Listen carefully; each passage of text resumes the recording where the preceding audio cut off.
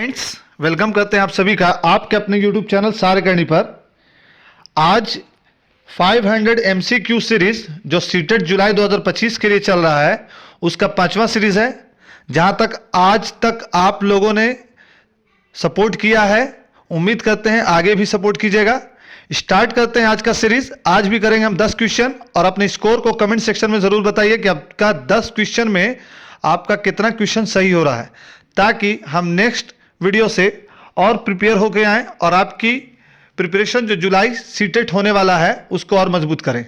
जुलाई CTET Bihar वालों के लिए इसलिए भी ज़रूरी है क्योंकि TRE 4 में लगभग 1.5 लाख वैकेंसी की उम्मीद है, जिसमें 80,000 बहाली जो होगी वो 1 से 8 तक होगा। तो पेपर 1 और पेपर 2 के सीटेट को पास करना आपके लिए बहुत ज़्यादा इम्पॉर्टेंट है। तो बात करते हैं 21 नंबर के क्वेश्चन की।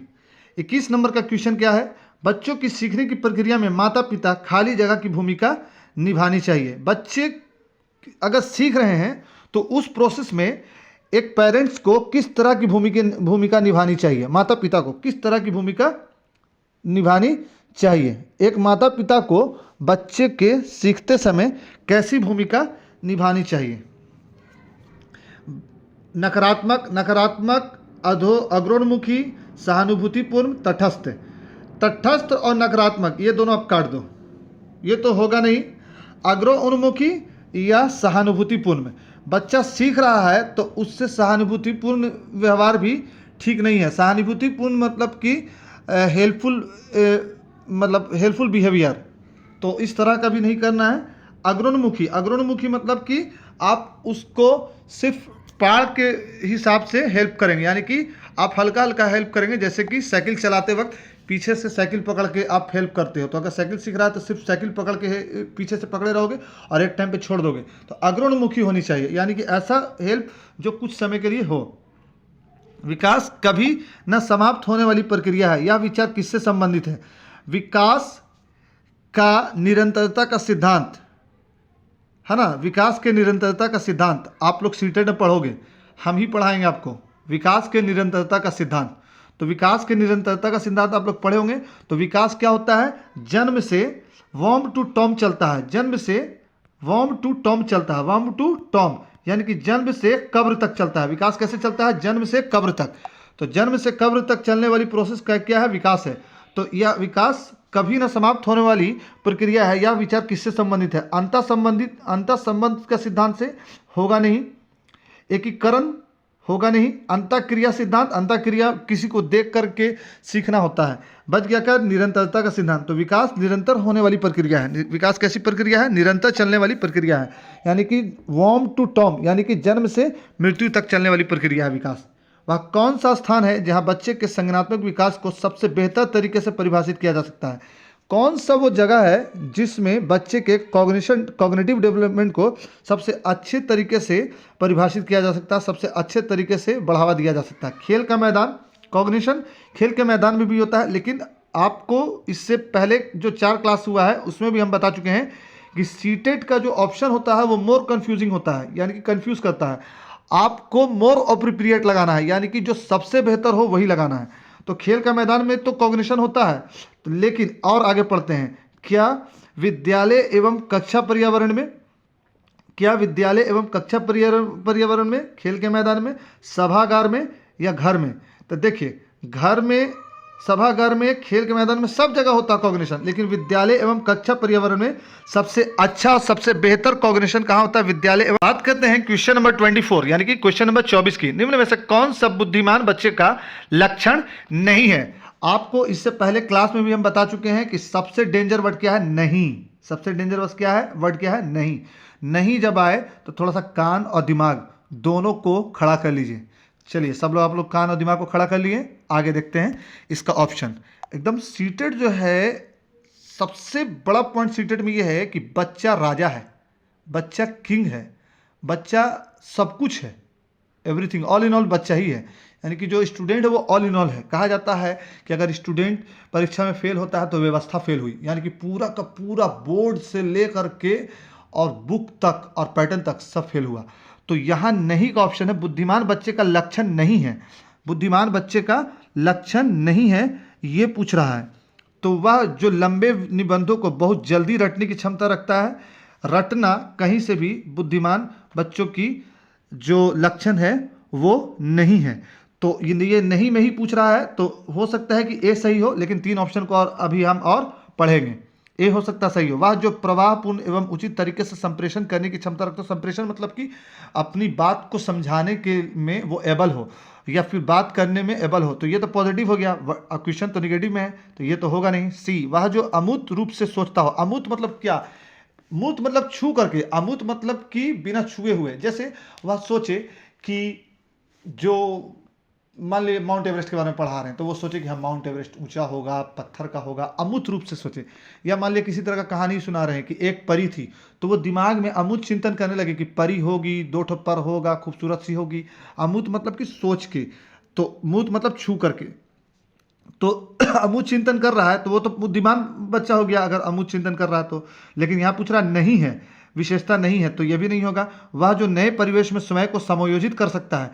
वैसा बच्चा जो नए परिवेश में, नए माहौल में अपने आप को ढाल ले, तो ये भी तो बुद्धिमान बच्चा का पहचान हो गया। जबकि ये पूछ रहा है कि कौन पहचान नहीं है, तो ये नहीं वाला क्वेश्चन है, तो बी सी डी नहीं होगा, ऑप्शन नंबर ए सही होगा। Option number A is right answer. 25 number का क्वेश्चन, खाली जगह को एक अभिप्रेरित शिक्षण का संकेत माना जाता है। किसको? कक्षा में अधिकतम उपस्थिति को, शिक्षक द्वारा दिया गया उपचारात्मक कार्य को, कक्षा में अधिकतम उपस्थिति को, शिक्षक द्वारा दिए गए उपचारात्मक कार्य को, विद्यार्थी द्वारा प्रश्न पूछना, कक्षा में एकदम खामोशी। देखिए, अभिप्रेरित मतलब क्या होता है? मोटिवेटेड। मोटिवेटेड क्लास कौन कहलाएगा? Motivated class. तो बात करते हैं कक्षा में एकदम खामोश, ये मोटिवेटेड स्टूडेंट या मोटिवेटेड क्लास का लक्षण नहीं है। विद्यार्थी द्वारा प्रश्न पूछना, हो सकता है कि यह सही हो, सी नंबर का जो क्वेश्चन है वो सही, ऑप्शन सही हो। शिक्षक द्वारा दिया गया उपचारात्मक कार्य, ये भी नहीं होगा। उसका ए, कक्षा में अधिकतम उपस्थिति, ये भी नहीं होगा। ए बी और डी नहीं होगा, तो सही आंसर क्या होगा? सी होगा। तो C is right answer. Question number 26, 26 question number, निम्नलिखित में से कौन सा बच्चे की सामाजिक मनोवैज्ञानिक आवश्यकताओं के साथ संबंध नहीं है? फिर आया नहीं।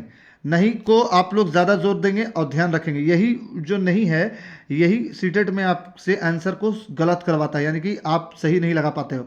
साइकोलॉजी है, ये सीडीपी है, एक तरफ माइंड को कर देगा और वही आपको नहीं करना है, सब तरफ देखना है, चारों ऑप्शन को पढ़ना है। अगर आंसर सही मिल भी गया तो आप बाकी 3 ऑप्शन को ही पढ़ो। ये मेरा ट्रिक है, एकदम धांसू।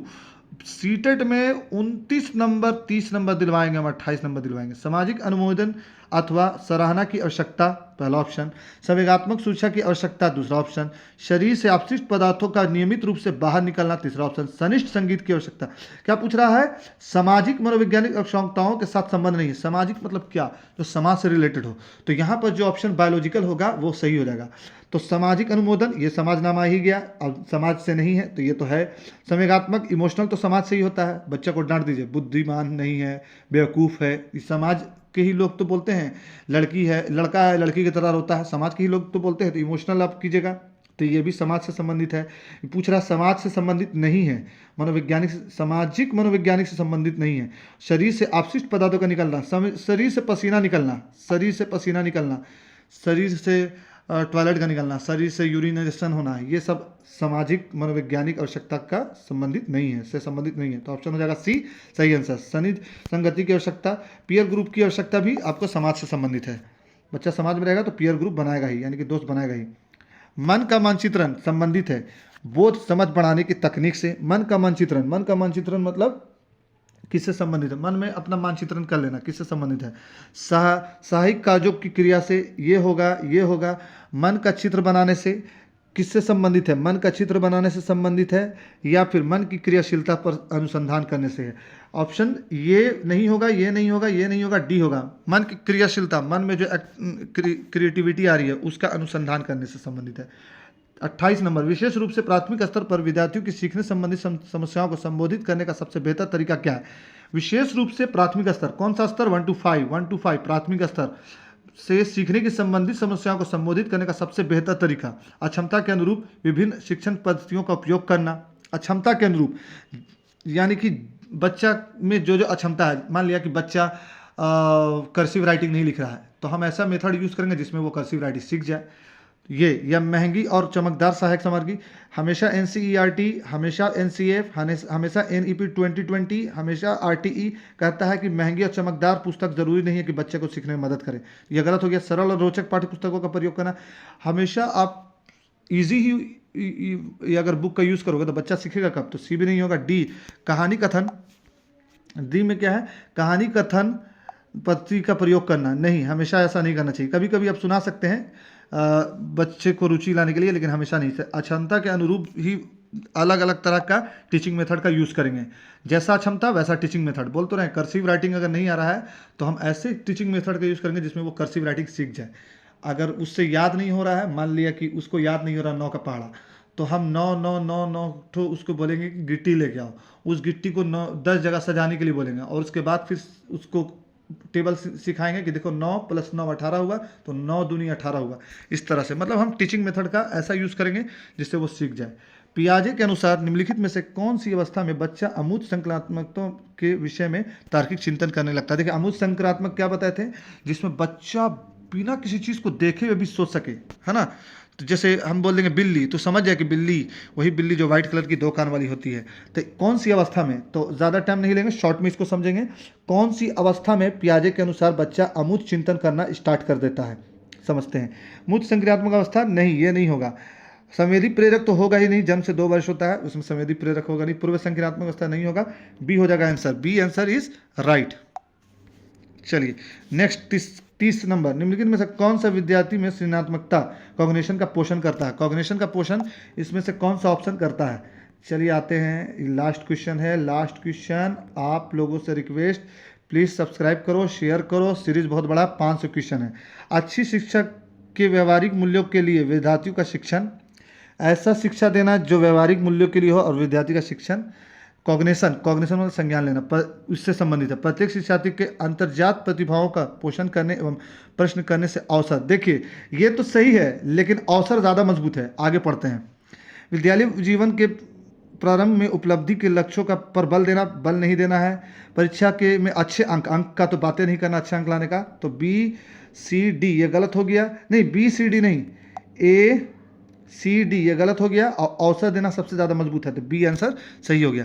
तो ये था आज का 30 नंबर का टेस्ट सीरीज, जो 5वां टेस्ट सीरीज है। तो फ्रेंड्स, आप लोगों से रिक्वेस्ट है, अभी तक आप लोगों ने बहुत सपोर्ट किया, प्लीज़ इस वीडियो को शेयर करो उन दोस्तों के साथ जो सीटेट का प्रिपरेशन कर रहे हैं, और उनकी प्रैक्टिस को मजबूत करो। सीटेट पास करो, TRE 4 में अपना एक सीट सुनिश्चित करो, और प्लीज़ चैनल को सब्सक्राइब, लाइक करना नहीं भूलो, और कमेंट सेक्शन में अपना स्कोर बताना मत भूलो, ताकि हम अगले वीडियो में आपका नाम ले सकें। कमेंट सेक्शन में आप अपना स्कोर ज़रूर बताइए कि 10 में आपका कितना आया। तो thanks for watching this video, visit again.